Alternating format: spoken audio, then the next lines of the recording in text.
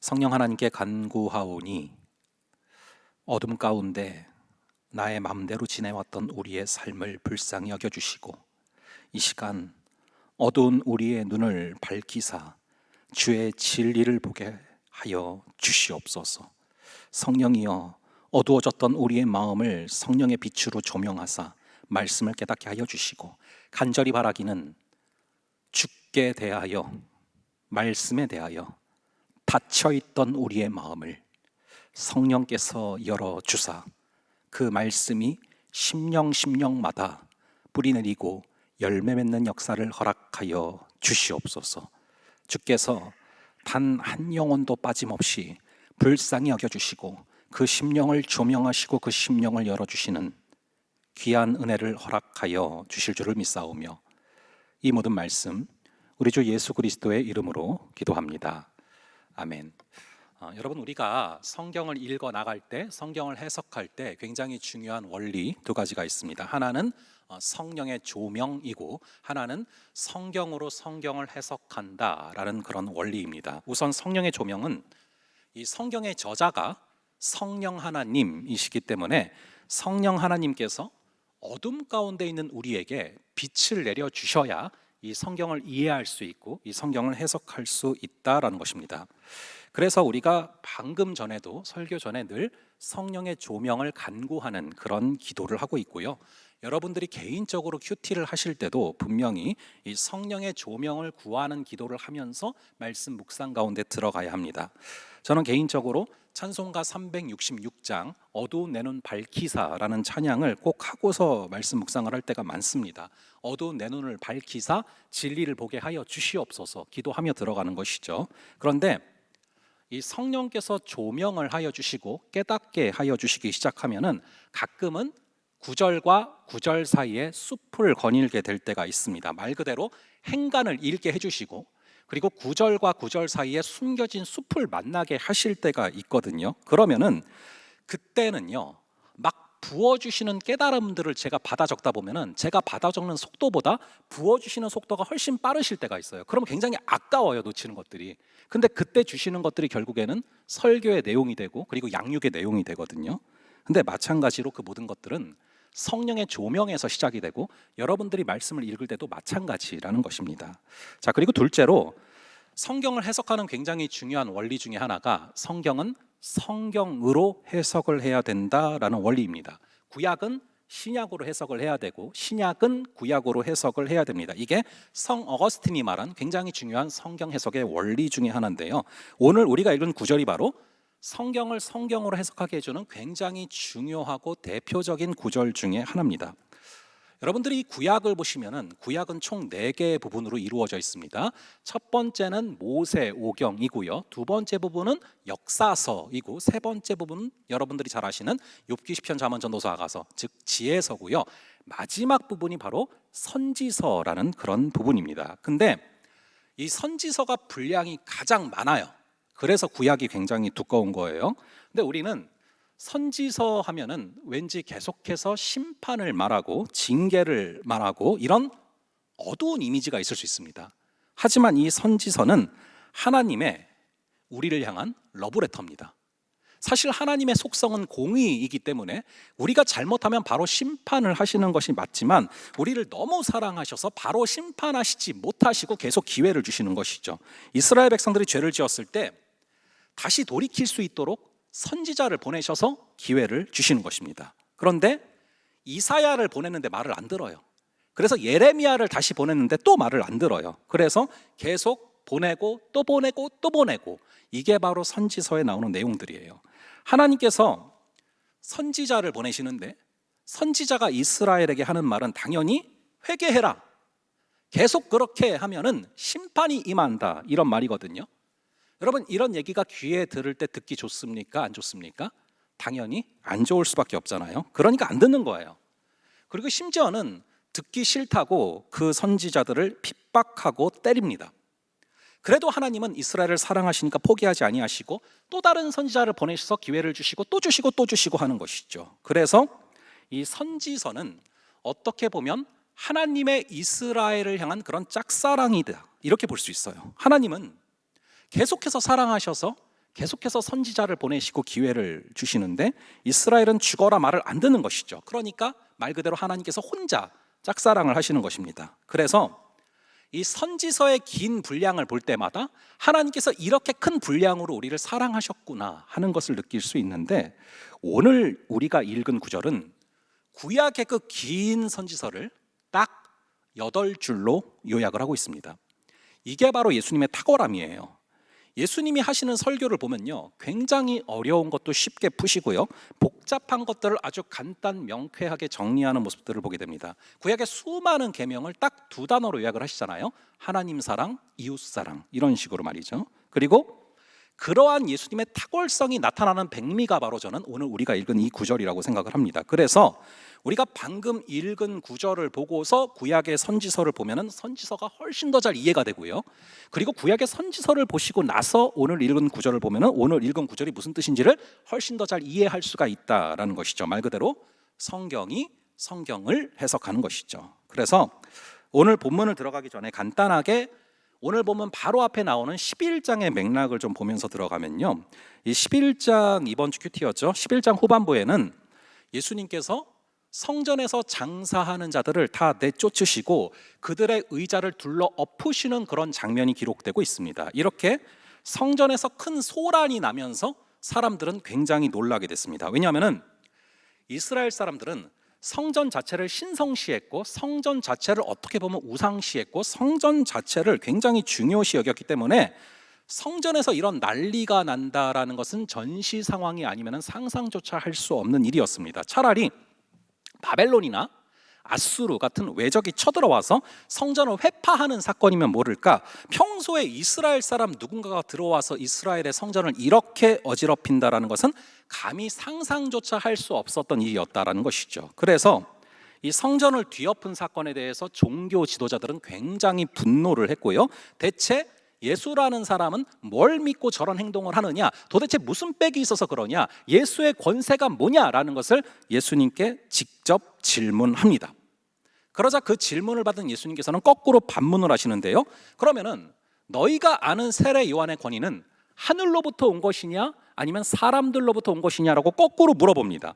그 질문을 받고서 이 종교 지도자들의 머리는 굉장히 복잡해져요. 왜냐하면 하나님께로부터 왔다라고 하면은 그럼 너희는 세례 요한을 왜 안 믿냐라고 하실 것이고, 사람들로부터 왔다라고 하면은 사람들이 따라갈까 봐 걱정이 되는 거죠. 그래서 결국 모른다라고 종교 지도자들은 대답을 합니다. 그래서 예수님은 그럼 나도 모른다라고 대답을 하시고 끝내세요. 그러니까 쓸데없는 질문을 또 다른 질문으로 막아버리시는 것이죠. 그런데 여기까지만 보면은 상당히 차갑게 반응을 하시고 끝내시는 것 같지만, 잠시 시간이 흐르고 나서 12장에 와서 결국 이 포도원 비유를 통해서 결국에는 답변을 해주시는 거예요. 내가 무슨 권세로 그러냐 하면은 나는 하나님께서 보내신 아들이고 하나님의 권세로 이런 행동을 하는 것이다, 결국 답변을 해주시는 것이죠.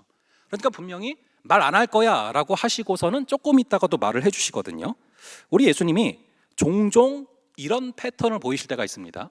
여러분들이 사복음서를 보시면 그 장면을 기억하실지 모르겠는데, 예수님의 동생들이 나타나가지고 예수님에게 명절에 예루살렘으로 올라가세요 라고 얘기를 하거든요. 그래서 예수님이 안 올라갈 거야 하고서 조금 있다가 올라가세요. 그리고 가나 혼인잔치의 기적에서도 마리아가 예수님에게 물을 포도주로 바꿔주세요 그랬더니 예수님이 뭐라고 합니까? 여자여 나와 무슨 상관이 있나이까 하시고서는 조금 있다가 또 물을 포도주로 바꿔주십니다. 그래서 여기서 알 수 있는 게, 예수님이 하시는 말씀은 조금 우리가 말귀를 잘 알아들어야 됩니다. 예수님이 겉으로 하시는 그 말씀과 행동 이면에 그 예수님의 심중을 읽어야 될 때가 있거든요. 자, 그렇게 예수님의 심중을 좀 생각하면서 오늘 본문 1절을 다시 한번 함께 읽어보겠습니다. 1절 말씀 함께 읽어보겠습니다. 시작. 예수께서 비유로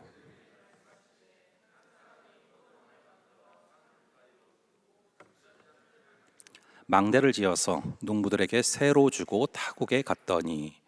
자, 여기서 등장하는 주인공들을 여러분들은 잘 보셔야 됩니다. 우선 포도원을 만든 그런 주인이 나옵니다. 여기서 말하는 포도원의 주인이 바로 하나님이에요. 하나님께서 천지를 창조하시고 그 세상을 우리에게 맡겨주셨죠.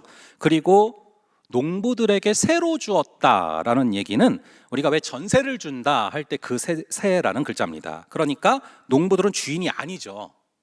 주인이 잠시 맡겨서 세를 받아서 거기서 자신의 역할을 감당하는 청지기에 불과합니다. 그런데도 마치 농부들은 자신이 주인인 것처럼 행세를 하는 내용이 바로 오늘 구절의 내용이죠. 저는 여기서 주인인 하나님의 마음을 먼저 좀 생각하면서 들어가려고 하는데, 이 구절 속에서 주인의 모습을 보면은 아니 왜 저렇게 참으시나 하는 생각이 들어요.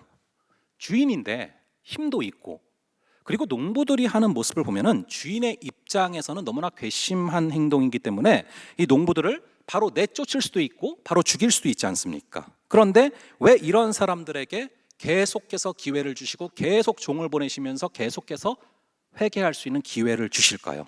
왜냐하면 바로 사랑하기 때문에 그런 것입니다. 이 남녀 관계도 그렇고 자녀 관계도 그래요. 이 관계 가운데 항상 여러분 누가 지는지 아십니까? 더 사랑하는 쪽이 지게 돼 있어요. 사랑하면은 져줄 수밖에 없는 것입니다. 주인이 사랑하니까 잘못했다고 바로 심판을 하시는 것이 아니라 그래도 다시 종을 보내서 기회를 주시고 또 다시 종을 보내서 기회를 주시고 계속 참으면서 기회를 주시는 것이죠. 여러분, 이 솔로몬의 재판도 그렇지 않습니까? 이 아이의 엄마다라고 주장하는 여자 2명이 나옵니다. 그럼 분명히 둘 중에 하나는 가짜 엄마고 둘 중에 하나는 진짜 엄마 아닐 거 아닙니까?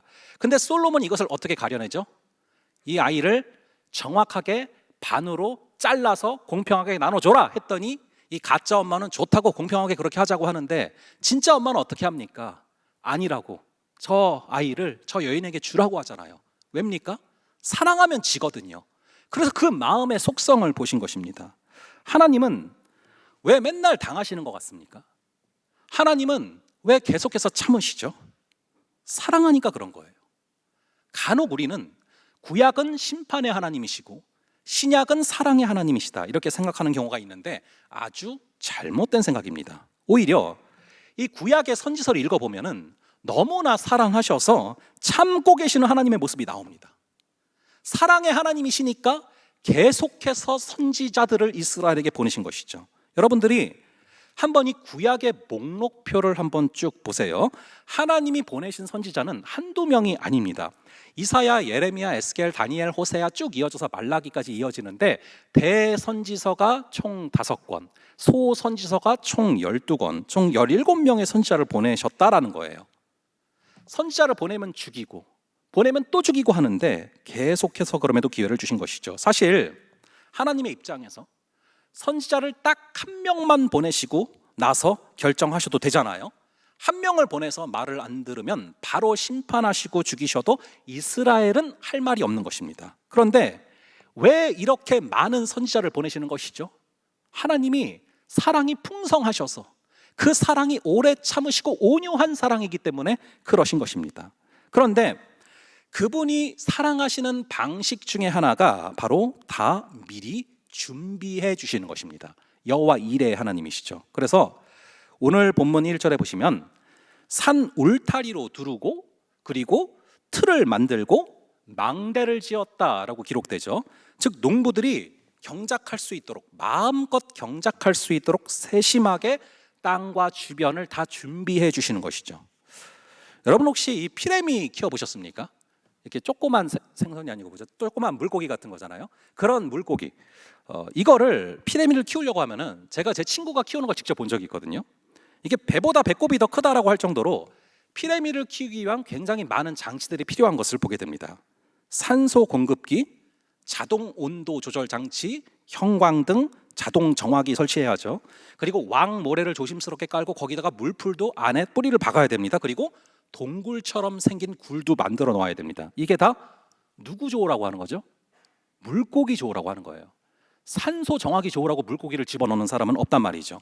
하나님이 에덴 동산을 창설하실 때도 마찬가지입니다.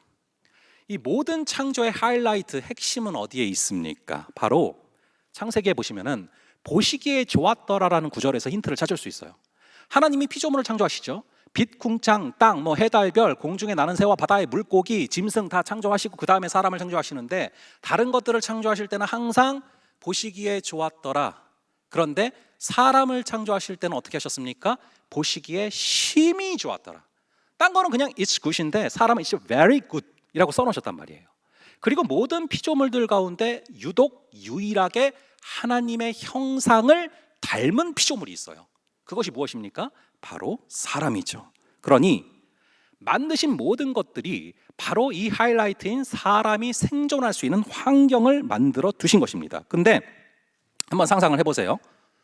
어항을 아주 예쁘고 이쁘게 꾸며놨습니다. 보기에 너무 좋아요. 그리고 이제 어항에다가 드디어 물고기를 내려놓는 그런 순간이 됐어요. 그 순간에 물고기를 향해서 한마디를 한다면 무슨 말이겠습니까? 무슨 말을 하든지 간에 마음의 동기가 어떤 것이겠습니까?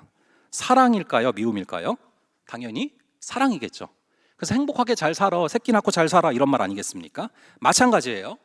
우리 주님께서 모든 것을 아름답게 세팅해 두신 다음에 아담에게 무슨 말씀을 하셨습니까?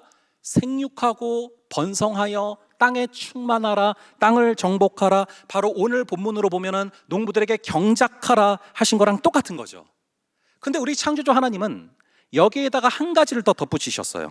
그게 무엇입니까? 그게 뭐냐면은 모든 것을 경작하고 모든 것을 너 맘대로 해라. 그런데 한 가지 꼭 기억해야 될 게 있어. 그게 뭐냐면은 너는 내가 만든 피조물이야. 그거를 잊지 말고 살아가야 돼. 그게 무엇입니까? 바로 동산 중앙에 선악과를 두신 것이죠. 이 선악과는 동산 한가운데 있습니다. 그래서 아담과 하와가 하루 종일 뭘 하든지 간에 고개 만들면 딱 보이는 게 뭐냐면 선악과란 말이죠. 그것을 볼 때마다 아담과 하와는 무슨 생각을 하게 됩니까? 아, 그래, 내가 하나님의 형상으로서 하나님의 대리자로서 이 땅을 마치 왕처럼 다스리며 마음대로 살고 있지만 그럼에도 불구하고 나는 하나님이 만드신 피조물에 불과하지. 저것을 먹지 말라고 하면 먹지 말아야 되는 그런 피조물에 불과하지라는 것을 알게 하셨다는 것이죠. 여러분, 이것을 아는 게 왜 중요한지 아십니까? 이것이 그들에게 일종의 안전장치가 되는 거예요. 사람이 마치 자기가 창조주인 것 마냥, 자기가 신인 것 마냥 마음대로 살아가면 어떻게 됩니까? 큰일 납니다. 우리가 전지전능하다면 여러분들 그냥 마음대로 사세요. 그런데 그렇지 않거든요.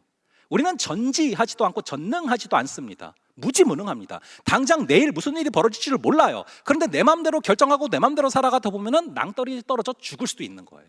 그래서 우리가 주인 돼서 살아가면 큰일 납니다.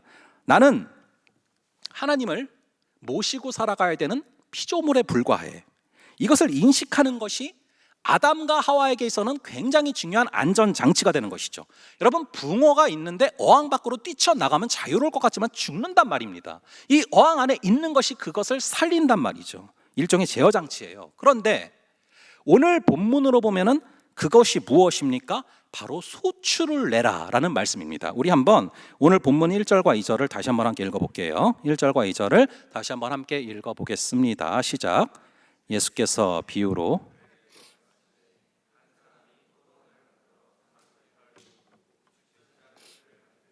망대를 지어서 농부들에게 새로 주고 타국에 갔더니 때가 이름에 농부들에게 포도원 소출 얼마를 받으려고 한 종을 보내니.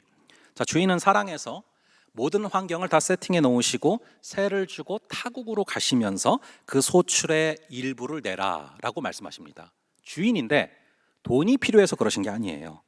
여기서 나오는 소출이라는 단어는 카르포스라는 그런 단어인데 주인이 자신의 주권을 확인하기 위한 일종의 최소한의 장치입니다. 너희가 지금 포도원을 마음대로 사용하고 있지만 그럼에도 포도원의 주인은 너희가 아니라 바로 나다라는 것을 인정해 드리는 것이 바로 이 소출이에요. 우리가 직장 다니고 학교 다니고 하면서 먹고 사는 거 다 내 맘대로 하면서 살 거예요. 웬만하면은 마치 우리가 내 삶의 주인인 것처럼 사실 살고 있습니다. 하지만 그럼에도 불구하고 내가 내 삶의 주인은 아닙니다. 시간도 내 거 같고 돈도 내 거 같죠. 하지만 여러분, 당장 주님께서 오늘 내 생명을 가져가신다면 내일부터 우리에게 시간은 없어요. 우리에게 재물도 없어요. 우리의 삶의 주인은 내가 아니라는 것이죠. 그래서 내 마음대로 살고 있는 것 같지만 내 삶의 주인은 하나님이십니다. 이것을 고백하는 장치가 오늘 본문으로 보면 소출을 드리는 거예요. 그 소출을 드리는 행위를 사실 우리는 하고 있거든요. 그 소출을 드리는 행위가 구체적으로 우리의 신앙에서는 어떻게 나타나고 있습니까? 바로 예배잖아요. 우리가 이 주일날, 놀기 좋은 날 왜 이렇게 모여서 예배를 드리면서 시간을 드리고 있습니까? 한 주일을 우리가 마음대로 살지만 월요일부터 토요일까지 마음대로 다 살아가지만 그럼에도 불구하고 한 주의 첫날인 주일을 주님께 온전히 드리면서 이 모든 날의 주인은 주님이십니다. 이것을 고백하는 것이 예배 아닙니까? 마찬가지입니다. 11조도 그래요. 모든 물질을 내 마음대로 쓰지만 그럼에도 불구하고 10분의 1은 하나님께서 주신 것입니다를 고백하면서 물질을 주신 분이 하나님이시고 물질의 주인이 하나님이심을 고백하는 행위죠. 그렇게 농부들에게 정말로 최소한의 그런 소출을 내면서 주인의 주인됨을 고백하며 살아가기를 원하셨는데 이 농부들의 반응은 어떻습니까? 우리 한번 3절부터 8절까지를 볼게요. 3절부터 8절까지의 말씀을 저랑 여러분들 함께 돌아가면서 교독해 보겠습니다. 농부들의 반응이 어떠한지를 생각하면서 읽으시면 되겠습니다. 제가 먼저 읽겠습니다. 그들이 종을 잡아 심히 때리고 거저 보내었거늘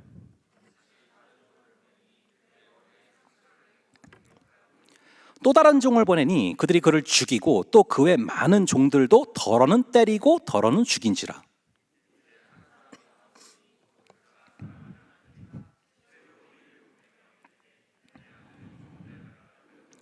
그 농부들이 서로 말하되 이는 상속자니 자 죽이자. 그러면 그 유산이 우리 것이 되리라 하고. 주인이 약속한 소출의 일부를 받으려고 종들을 보내는데 3차례 보내시죠. 한 차례 보냈더니 그 종을 때렸어요. 그래서 또 다시 보냈더니 이번에는 몸에 상처를 냈고 능욕했습니다. 그래서 다시금 3번째로 보냈더니 이제는 때려 죽였습니다. 참 악한 농부들이죠. 그런데 제가 주인이라면 여기서 못 참을 것 같은데 우리 주님은 사랑이 많으셔서 이제는 내 친아들을 보내면 그래도 존대해 주겠지.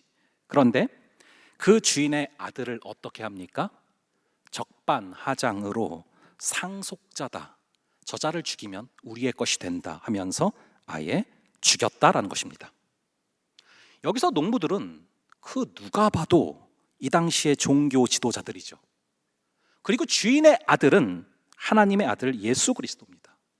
예수님은 그들이 결국 자신을 십자가에 죽일 것을 다 아시고 미리 예언하신 것이죠.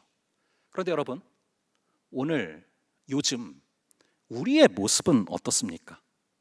우리의 모습이 이 농부들과 같은 모습은 아닌지 준엄하게 성령께서 주시는 음성을 들을 수 있기를 바랍니다. 우리는 날마다 다가오시는 예수님의 말씀에 우리는 어떻게 반응을 하고 있습니까? 이 농부들처럼 내가 누리는 것이 점점 더 많아지다가 보면은 어느덧 모든 것의 주인 되시는 주님을 거부할 수 있다라는 거예요. 처음에는 주님께서 주신 거라는 걸 알아요. 그런데 어느덧 시간이 흐르면서 주인보다 주인께서 주신 내 소유가 더 좋아지고, 주인께서 주신 내 지위가 더 좋아지고, 주인께서 주신 내 행복이 더 좋아지다 보면 심지어 예수님을 왕의 자리에 끌어내리고 내가 거기에 앉아서라도 그 주신 것들을 지키고 싶은 마음, 그런 악한 존재가 바로 우리라는 거예요. 왜 우리가 예배 때마다 회개를 해야 됩니까? 우리가 그런 악한 존재이기 때문에 그런 거예요. 이 포도원 농부들을 살펴보면은 포도원이 만들어지는 과정에서 이 농부들이 한 일이 뭐가 있습니까? 다 주인이 만들었어요. 그럼에도 불구하고 어느덧 시간이 흐르면서 주인의 그 땅에서 농부들은 자신들이 오래 있었다라는 그 이유로 그 땅을 자신의 소유로 여겼다라는 것입니다. 그렇게 자신을 청지기가 아니라 주인으로 착각하는 가운데 이 포도원의 농부들이 지금 결정적으로 무슨 착각을 하고 있냐면은 땅의 주인을 잘 맞이하는 것보다, 땅의 주인의 아들을 잘 맞이하는 것보다 그 땅이 더 중요하다고 생각을 하는 거예요. 여러분, 주인의 아들을 잘 맞이하는 것이 더 중요합니까? 그 주인이 맡기신 땅에 집착하는 것이 더 중요합니까? 이 땅은요, 말 그대로 주인이 따로 있어서 내가 가질 수도 없어요. 오히려 내가 그 주인의 아들을 잘 환대한다면 주인의 아들이 나에게 오랫동안 땅을 경작할 수 있도록 맡기실 수도 있고, 아니면 아예 평생을 맡기실 수도 있어요. 그러면 주인인 것과 뭐가 다릅니까? 심지어 정말로 운이 좋다면 주인의 아들이 그 땅을 나에게 줄 수도 있겠죠. 하지만 내가 주인의 아들이 아니라 그 땅을 선택해버리면 주인과의 관계는 끝나는 것입니다. 그러면 이제는 더 이상 땅이고 뭐고 아무것도 없는 것이죠. 오늘 이 구절은 우리의 마음속을 너무나 적나라하게 드러내고 있습니다. 이스라엘은 계속해서 이 싸움을 하면서 힘들어 하거든요. 여러분들 잘 아시는 것처럼 이스라엘은 날마다 만나를 내려주시면은 그 만나를 내려주시는 하나님을 의지하면 되는데, 어느덧 만나를 내려주시는 하나님이 아니라 그 만나 자체를 바라보고 만나 자체를 믿고 의지하다가 만나를 막 며칠치를 쌓아놓잖아요. 그러니까 어떻게 됩니까? 하루치 말고 다 썩잖아요. 그러면 결국 하나님도 만나도 다 놓치게 되는 것이죠. 내가 갖고 싶은 것을 붙잡는 게 아니라 모든 것의 주인 되시는 주님을 붙잡는 것이 믿음이다라는 것을 잊지 마시기 바랍니다. 그럼에도 불구하고 이 농부들은 본능에 이끌려서 살고 욕심에 이끌려서 살면서 뒤의 것을 생각을 안 해요. 주인이 보낸 종을 때리면, 그래서 보내면 나중에 무슨 일이 벌어질까? 주인의 아들을 죽이면 나중에 결국 무슨 일이 벌어질까를 생각을 안 해요. 당장의 이익에 눈이 멀어서 그 뒤의 것을 생각을 못하는 것이죠. 그래서 그런 가운데 자신에게 모든 것을 주신 주인에게, 그 주님에게 마음이 강팍해졌어요. 여러분, 강팍입니다. 이게 이제 그 국어사전에 나와요. 강팍하다라는 단어가 마음이 단단해졌다, 굳어졌다, 마음이 다쳐졌다. 자, 그래서 한 달란트 받은 자가 주인에게 당신은 굳은 사람이라, 당신은 나쁜 사람이라 라고 말했던 것처럼 주인에게 마음이 완전히 닫혀 있는 것입니다. 그게 바로 농부들의 모습이고 우리의 하나님을 향한, 우리의 말씀을 향한 모습일 수 있다는 것이죠. 여러분, 정말로 복 중에 복이 뭔지 아십니까? 정말로 우리가 추구해야 될 복이 뭔지 아십니까? 바로 우리의 마음이 열리는 게 복이에요. 여러분, 이 마음이 닫혀 있어요? 닫혀 있는 마음을 여는 것은 절대 쉽지 않습니다. 예를 들어서 누구랑 싸웠어요. 그러면은 서로 사과하고 화해를 하면 되죠. 근데 그게 말처럼 쉽지가 않아요. 사과를 받았는데도 마음이 열리지 않는 경우가 있습니다. 심지어 본인이 내가 내 마음을 열고 싶은데 내 마음이 열리지 않을 때가 있어요. 어떤 사람들에 대해서, 어떤 사람에 대해서 내가 마음을 열고 싶어도 나의 마음이 열리지 않을 때가 있다란 말이죠. 차라리 꽁꽁 닫힌 문 같은 경우는 열쇠를 구하면 되거나 열쇠를 만들면 열 수가 있죠. 그리고 진짜로 꽁꽁 닫혀 있어도 뭐 사람 부르면 되잖아요. 전문가 부르면 돼요. 그런데 우리의 마음은 한 번 닫히면 내가 스스로 내 마음을 열고 싶어도 열리지가 않는다라는 것입니다. 그래서 여러분들이 항상 붙들고 간절히 기도해야 될 제목이 있어요. 하나님, 저의 마음이 열리게 하여 주시옵소서. 이 기도를 하셔야 돼요. 그래서 예배를 위한 중보기도 팀이 생기면 꼭 그 기도를 부탁을 드립니다. 하나님, 예배를 드리는 예배자들의 마음의 문이 열리게 하여 주시옵소서.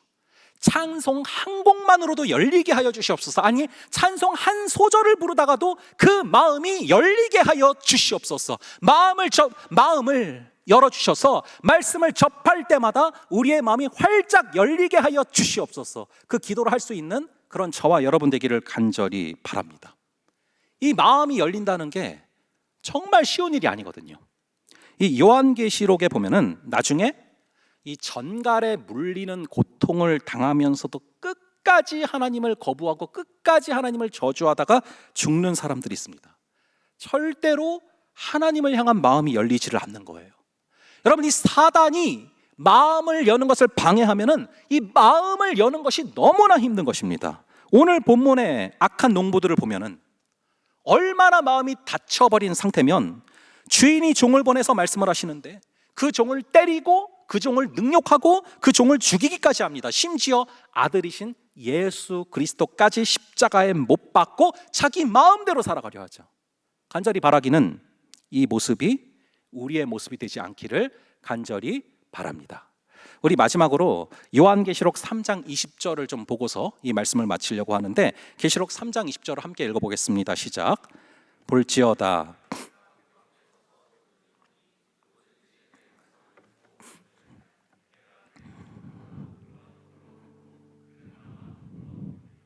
주님은 지금 이 시간에도 여러분들의 마음을 두드리고 계세요. 우리 주님은요, 마음이 온유하시고 겸손하셔서 인격적이시기 때문에 절대로 여러분들의 마음을 억지로 열어 제치지 않으십니다. 기다리시고 기회를 주시고 온유하고 겸손하게 여러분들의 마음을 두드리세요. 그리고 우리가 그분의 음성을 듣고, 오늘 방금 읽은 구절처럼 그분의 음성을 듣고 우리의 마음을 열면 그때 비로소 우리 안에 들어와 주시고, 그때 비로소 우리의 왕이 되어 주시고 우리와 더불어 먹고 마시면서 우리와 동행하여 주시는 그런 분이시라는 것입니다. 여러분, 어떻게 해야 우리의 마음의 문이 열릴 수 있습니까? 방금 읽은 계시록 3장 20절의 순서대로 그대로 나오잖아요. 내 음성을 듣고 마음의 문을 열면, 마음의 문이 열리려면 먼저 그분의 음성을 들어야 돼요. 그렇게 주의 음성을, 주의 말씀을 듣기를 힘쓰면 분명히 어느 타이밍에 마음의 문이 열리는 그 카이로스가 다가옵니다. 그리고 그때 우리가 주님의 음성을 듣고 마음의 문을 열어주실 때, 마음의 문을 힘차게 열면 그때 비로소 주님은 우리 마음으로 들어오셔서 우리 마음의 왕이 되시고 우리 마음의 주인 되시고, 그리하셔서 우리와 더불어 먹고 마시며 우리와 동행하여 주시는 역사가 우리의 일상 가운데도 임하게 된다는 것이죠. 여러분, 주인의 아들을 맞이하는 게 더 중요합니까? 주인이 맡기신 땅에 집착하는 것이 더 중요합니까? 먼저 하나님의 나라와 의를 구하는 자에게 모든 것을 더하십니다. 먼저 하나님의 나라와 의를 구하는 자, 이 의가 관계잖아요. 디카이오스네잖아요. 하나님을 맞아들이고 먼저 하나님과의 관계가 충만하여지면 땅을 비롯한 모든 것들 다 더하신다라는 것입니다. 그렇게 우리는 주인이 아니라 청지기임을 기억하며 우리의 마음을 열고 우리의 마음을 열어주시기를 기도하고, 그 주님께서 우리의 마음을 통치하여 주시는 그런 귀한 한 주를 살아갈 수 있는 우리가 되기를 간절히 바랍니다. 우리 이 시간 함께 찬양하며 기도하며 나아가겠습니다.